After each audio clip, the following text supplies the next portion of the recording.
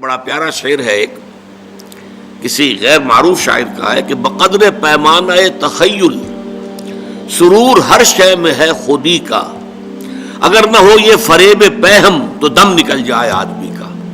یہ فریب پہم جو ہے، انسان اپنے آپ کو دھوکہ دیتا ہے اپنی نیکیوں کے ذریعے سے، حالانکہ بالفعل اس کی پوری زندگی جو ہے بدی کا ایک مظہر بنی ہوئی ہے، برائیوں کے اندر بچھڑا ہوا ہے، لیکن یہ کہ کوئی نہ کوئی نیکی کا اہتمام انسان کرتا ہے۔ بہرحال اس پس منظر میں جامع تصور نیکی کہتے کسے ہیں، پھر اس کے جو مختلف مظاہر ہیں ان میں ترتیب کیا ہے، اولین اہمیت کس شے کی ہے، ثانوی کیا ہے، تیسرے درجے میں کیا ہے، یہ اس آیہ مبارکہ کا موضوع ہے۔ پھر شان نزول یا اس کا پس منظر، تحویل قبلہ کا معاملہ، اگرچہ 2 رکوع جو ہے سورہ بقرہ کے 17واں اور 18واں، اس میں یہ حکم آیا بڑی تکرار کے ساتھ، لیکن 2 رکوع پہلے اس کی تمہید باندھ دی گئی تھی، للہ المشرق والمغرب فینما تولوا فثم وجہ اللہ، مشرق و مغرب سب اللہ کے ہیں، جدھر بھی منہ کرو گے اللہ ہی کا رخ ہے۔ لیکن اس کے بعد بھی اگر کوئی ریزیڈیول ایفیکٹ رہ گیا، اس لیے کہ اس کو بہت بڑے پروپیگنڈے کی بات بنا لیا تھا یہودیوں نے، اور مسلمانوں میں کافی سادہ دل، سادہ لوح مسلمان بھی تھے، اور آپ کو معلوم ہے کہ جو اوس اور خزرج کے مسلمان تھے مدینے کے، اکثر و بیشتر نو مسلم تھے، ابھی تازہ تو ایمان لائے تھے، ابھی وہ ایمان پورے طور سے ان کے دلوں میں جاگزین نہیں ہوا تھا، لہذا ان کے دلوں میں اس پروپیگنڈے سے تشویش پیدا ہوئی۔ تو اب آخر درجے میں 3 رکوعوں کے بعد پھر یہ 22ویں رکوع کی پہلی آیت ہے، لیس البر ان تولوا وجوہکم قبل المشرق والمغرب، سخن شناس نہیں دل برا خطائی جاست، اگر تمہیں اب بھی تشویش ہے تو اس کی وجہ یہ ہے کہ تم نیکی کی حقیقت کو نہیں سمجھ رہے،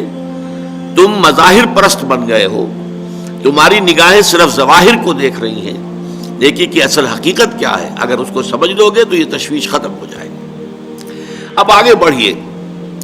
نیکی کی اصل حقیقت کے ضمن میں سب سے پہلی بات جو آئی اس آیہ مبارکہ میں وہ ایمان کا ذکر ہے۔ عام طور پر تو سوچا جائے گا کہ نیکی کا تعلق تو عمل سے ہوتا ہے،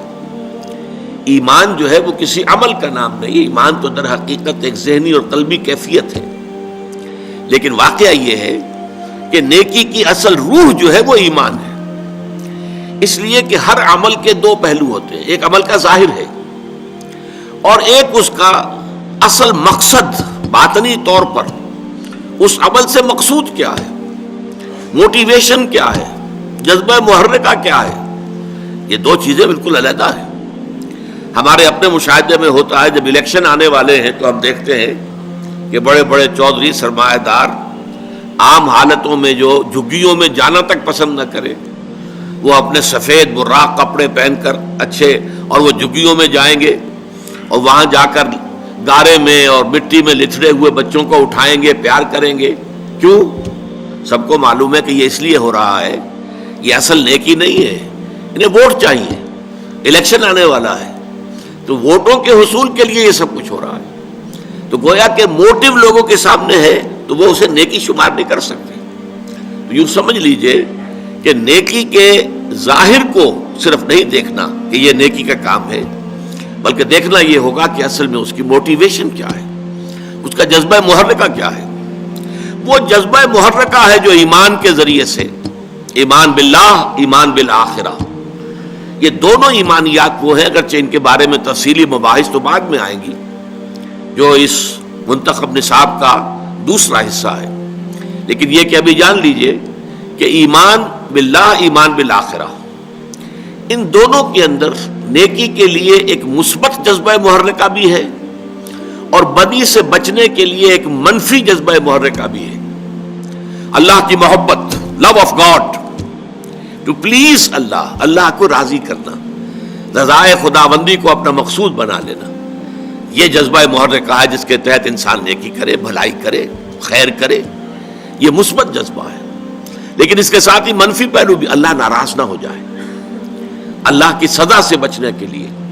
اللہ کی ناراضگی سے بچنے کے لیے انسان نیکی کا کام کرے، بدی سے رکے۔ اسی طرح جذبہ آخرت جو ہے، ایمان بالآخرہ، تو جنت کی طلب میں نیکی کا کام کرنا اور دوزخ سے بچنے کے لیے بدی سے بچنا، تو گویا کہ ایمان بالآخرہ اور ایمان باللہ دونوں میں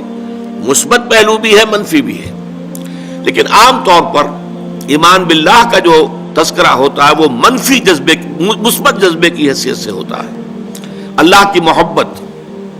والذین آمنوا اشد حبا للہ، جو واقعتاً صاحب ایمان ہے ان کے اندر شدید ترین تمام محبتوں سے زیادہ قوی محبت اللہ کی ہوتی ہے۔ تو اللہ کی محبت کے تحت کوئی کام کرنا اور صرف آخرت کے جزا کے لیے اور آخرت کی سزا سے بچنے کے لیے کرنا، اگر یہ جذبہ محرکہ نہیں ہے تو چاہے کوئی عمل کتنا ہی بڑا نیکی کا عمل نظر آتا ہو،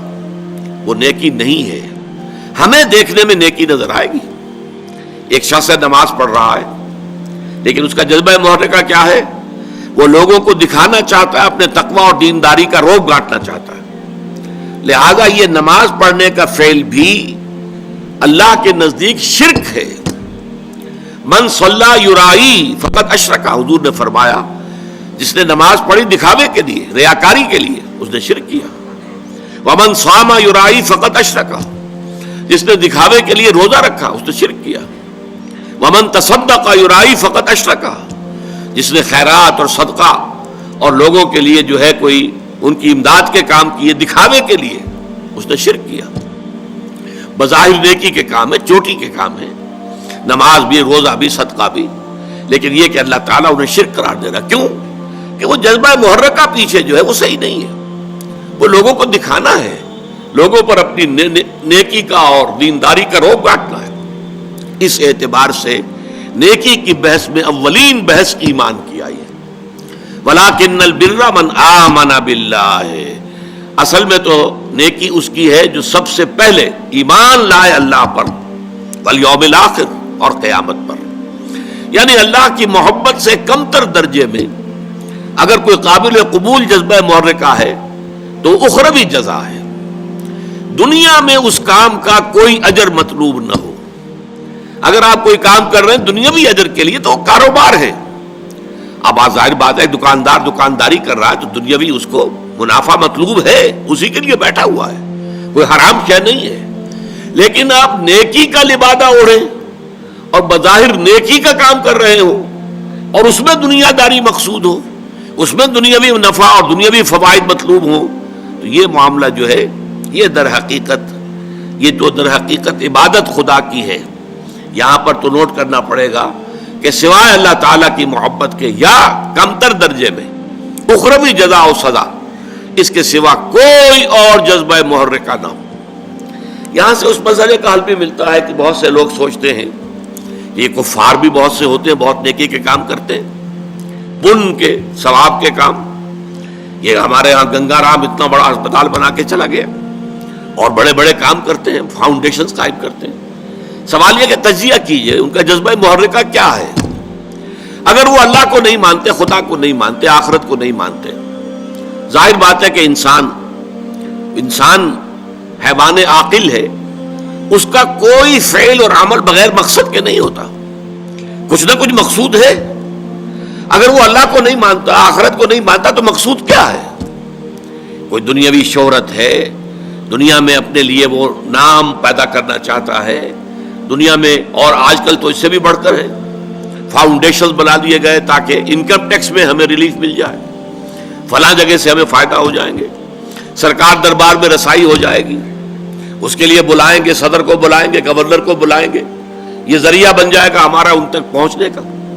لیکن یہ سارے موٹیوز اگر ہیں تو یہ نیکی کے کام نہیں ہے۔ قرآن مجید میں 3 مقامات پر واضح کیا گیا ہے کہ جب تک ایمان نہ ہو تو نیکی کے اعمال جو ہیں، ایک جگہ فرمایا ہے سراب کے مانند ہے، جنہیں پیاسا جو ہے پانی سمجھتا ہے، حقیقت میں پانی نہیں ہوتا۔ ایک جگہ کہا گیا ہے کہ وہ راکھ کے ڈھیر کے مانند ہوئے کہ جس پر ذرا سی تیز ہوا کا جھونکا آتا ہے تو راکھ بکھر جاتی ہے۔ ایک جگہ فرمایا گیا قیامت کے دن اللہ تعالیٰ ان جو نیکیوں کے ڈھیر لوگ لے کر آئیں گے، ایسی نیکیاں، ریاکاری والی نیکیاں، لوگوں کو دکھانے والی نیکیاں، جن کی پشت پر اصل ایمان باللہ اور ایمان بالآخرت نہیں تھا، تو اس کو یہ ہے کہ قدمنا الی ما عملوا من عمل جعلناہ ھباء منثورا، جیسے کہ ٹھوکر مار کر اور ہوا میں ان کو اڑا دیا جائے۔ تو سب سے پہلی بحث نیکی کے ضمن میں کیا ہے؟ جذبہ محرکہ، نیت کی تصحیح، جس کے لیے کہ بڑی مشہور حدیث ہے انما الاعمال بالنیات انما لکل امرئ ما نویٰ، نیکیوں کا دار و مدار نیت پر ہے، اور انسان کو وہی کچھ ملے گا جس کی کہ اس نے نیت کی ہوگی۔ نیت درست ہے تو وہ عمل نیکی کا ہے، نیت درست نہیں ہے تو چاہے وہ بظاہر کتنا ہی بڑا نیکی کا عمل نظر آ رہا ہو، اعلیٰ کے میزان میں اس کی دھیلے کی وقت نہیں۔